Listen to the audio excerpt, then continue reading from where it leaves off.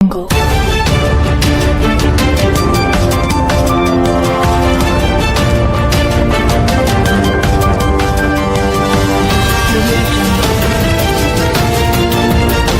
ሰላም ጤና ይስጥልኝ የታማኝ መረጃ ቻናል ተከታታዮች በየሰዓቱና በየዕለቱ የሚወጡ የተመረጡ አዳዲስ መረጃዎችን ጠቅለል አድርገን በሳቢ መልኩ የምናቀርብበት የመረጃ ሰዓታችን ደርሷል።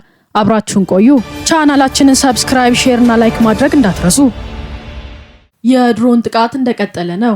የኢትዮጵያ አየር ኃይል ኢትዮጵያን የማተራመስ አጀንዳ ከሻዕቢያና ከግብጽ ተቀብሎ የሚንቀሳቀሰው የህወሓት ቡድን ላይ የሚወስደውን እርምጃ አጠናክሯል። አየር ኃይሉ ሰኞ ዕለት ማለትም ነሐሴ 18 2018 በራያ ዘቦ ከአላማጣ ወደ ራያ ዘቦ መንገድ ካራ አዲስ አበባ ሩፋኤል አውዷልጋ ወደ ፀሐይ መውጫ አቅጣጫ ራያ ዘቦ ልዩ ስሙ ጋሳራ በተባለ ቦታ ከባድ የድሮን ድብደባ ፈጽሟል። በዚህ የድሮን ጥቃት ህወሓት ከጥቂት ቀናት በፊት በቅጠል ሸፍኖ አስቀምጧቸው የነበሩ ከባባድ መሳሪያዎችን ሙሉ በሙሉ ማውደም ችሏል። በራያ የተፈጸመው የድሮን ጥቃት ከመረዋ በኋላ እጅግ ፈታኝና ተስፋ አስቆራጭ እንደሆነ የህወሓት አመራሮች ሳይቀር አምነዋል። በራያ ዘቦ ከተፈጸመው የድሮን ጥቃት በተጨማሪ በሽሬ በአዲ ገብሩ በሚገኘው እንዳባጉና ልዩ መውጫ ላይ ተመሳሳይ እርምጃ ተወስዷል። በጥቃቱ አንድ ወታደራዊ ተሽከርካሪ ኦራልና አንድ ታንክ ከፍተኛ ጉዳት እንደደረሰባቸው ምንጮች አረጋግጠውልናል። በተመሳሳይ ቀን በአጽቢ ወረዳ ፈለጋወይኒ ቀበሌ መብሪቶን በሚባል ልዩ ቦታ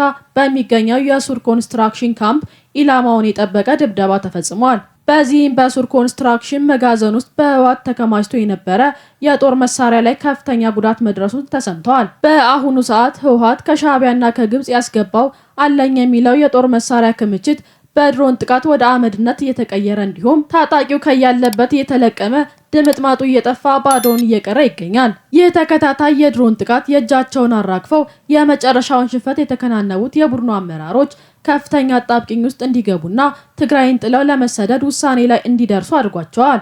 አመራሮቹ መቀሌ ውስጥ ሆኖ ምንም ያህል የመደበቂያ ቦታ ለውጥ ቢያደርጉም በቀላሉ አድራሻቸውን የሚለየው የዘመናዊ የድሮን ጥቃቱ ኢላማነት ለማምለጥ እንዲሁም ከውስጥ ጥቆማ ሊሰጥ የሚችል ይኖራል በሚል ተጨማሪ ስጋት በአስቸኳይ ወደ ኤርትራና ሱዳን ሊሸሹ መሆናቸው ከውስጥ ሾልኮ ወጥቷል።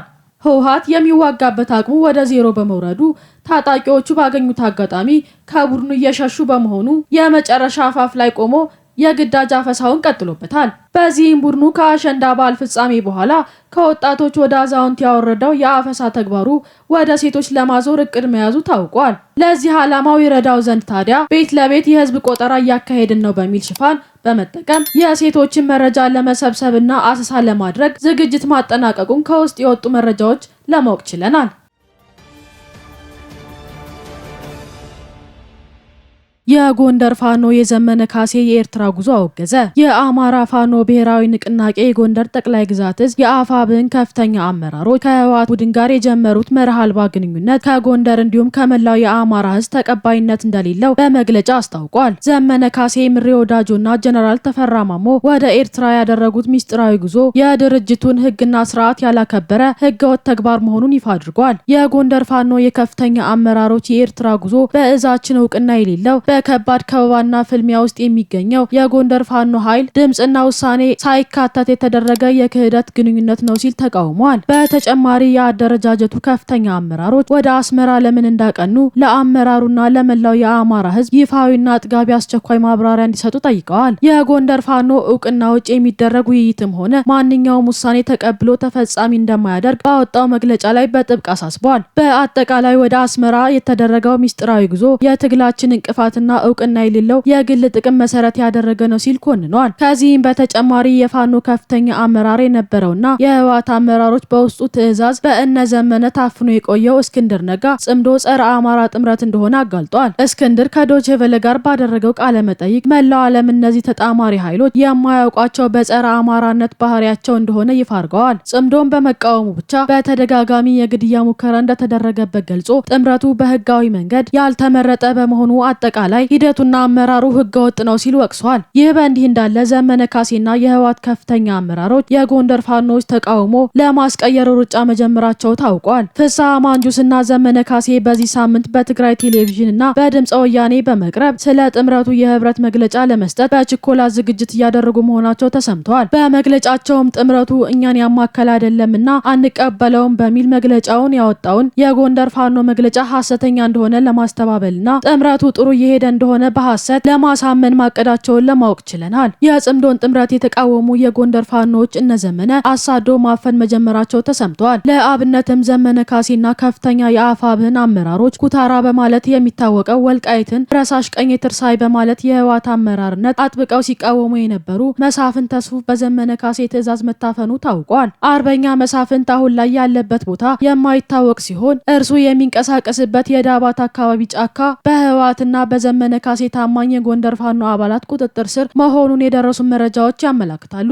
አሁን ላይ በፋኖ መዋቅር ውስጥ ዘመነ ካሴንና የህወሓት ተስፋፊነትን መቃወም ሞት የሚያስከትል ቀይ መስመር ሆኗል። ከዚህም ጋር ተያይዞ የህወሓት ልሳናት እነ ዘመነ ካሴ የአማራ ርስቶችን አሳልፈው እንደሸጡላቸው የሚያረጋግጡ መረጃዎች በኩራት እያሰራጩ ይገኛል። የህወሓት ቡድን የትግራይ የዝናብ መጠንን ለመግለጽ በሚል በድምፀ ወያኔ ባጋራው የትግራይ ክልል ካርታ ወልቃይትን የራሱ ርስት አድርጎ አስቀምጦታል። ይህም ህወሓት ጽንፈኛ ፋኖ መጠቀሚያ ለማድረግ ለፈጠረው ጥምረት ሲል ወልቃይትና ራያን ከዚህ በኋላ እኛን የመለያ ካርድ አይሆንም፣ የጋራ ጥያቄያችን ከዛ ያለፈ ነው ብሎ እንዳታለለውና ወልቃይትን ከአማራ ለመንጠቅ የማይተኛ ኃይል መሆኑን አሳይቷል።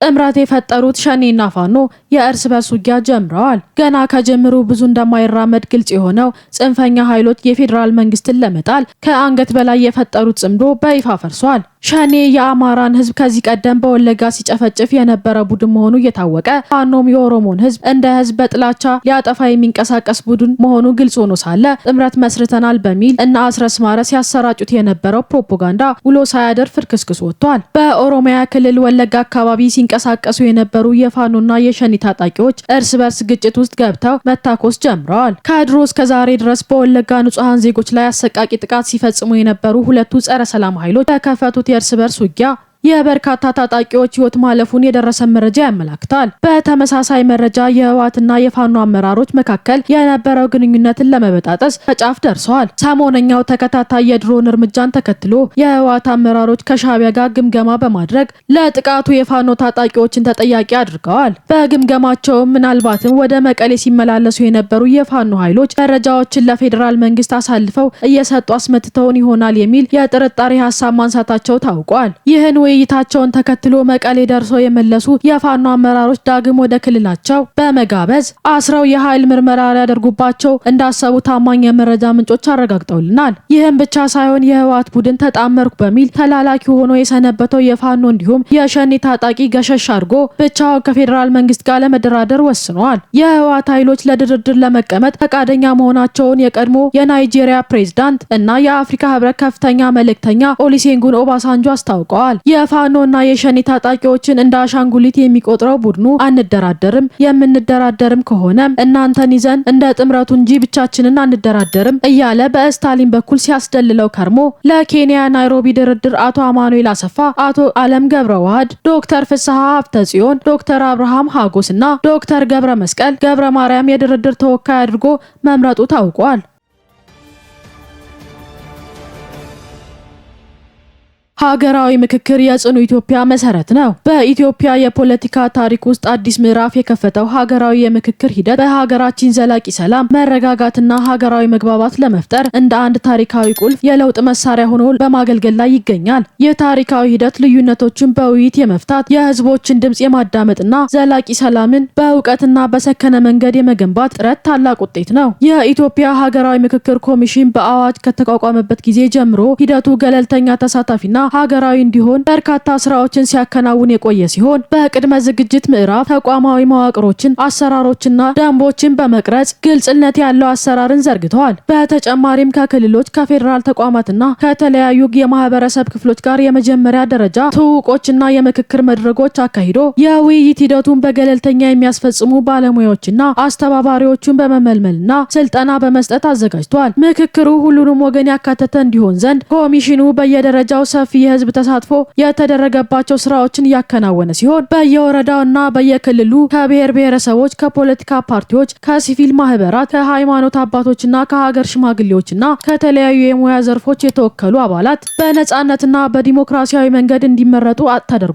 በየደረጃው በተካሄደ መድረኮች ህብረተሰቡ ለሀገራዊ መግባባት ወሳኝ ናቸው ያላቸውን ሀሳቦችና ስጋቶች አጀንዳ አድርጎ እንዲያቀርብ የተመቻቸ ሲሆን ይህም የህዝቡ ድምጽ በቀጥታ ወደ ሀገራዊ የምክክር ጠረጴዛ እንዲመጣ አስችሏል። በሂደቱም በሀገራችን የረጅም ጊዜ ታሪክ ውስጥ አወዛጋቢ በነበሩ ታሪካዊ፣ ህገ መንግስታዊና ፖለቲካዊ ጉዳዮች ላይ በግልጽነትና በሰለጠነ መንገድ ውይይቶች የተካሄዱ ሲሆን ኮሚሽኑ የተለያየ አመለካከት ያላቸው አካላት ሀሳባቸውን ያለ ስጋት የሚያንሸራሽሩበት ነጻ መድረክ በማዘጋጀት ተቋማዊ አቅሙንና ገለልተኝነቱን አስመስክረዋል። የምክክር ሂደቱ መጠናቀቅ የማጠቃለያ ምዕራፍ ሳይሆን የአዲሷ ኢትዮጵያ ታሪካዊ መነሻ ነው። በየደረጃው ከተካሄዱ ምክክር የተገኙ የምክረ ሀሳብ ውጤቶችና የመፍትሄ አቅጣጫዎች በተግባር ላይ እንዲውሉ ተከታታይ ስራዎች የሚጠይቁ ሲሆን የሀገራዊ ምክክር ሂደቱ ኢትዮጵያን በጋራ ጠረጴዛ ዙሪያ በመቀመጥ ልዩነታቸውን ወደ ጥንካሬ መቀየር እንዲችሉና ለቀጣዩ ትውልድ የተረጋጋች የበለጸገች ሀገር ማቆየት እንዲችሉ ያሳየበት ሕያው ማረጋገጫ ነው። የዛሬው መረጃዎቻችን እነዚህን ይመስላሉ። በቀጣይ ወቅታዊና ታማኝ መረጃዎች እንዲደርሳችሁ ቻናላችንን ሰብስክራይብ ማድረግ እንዳትረሱ።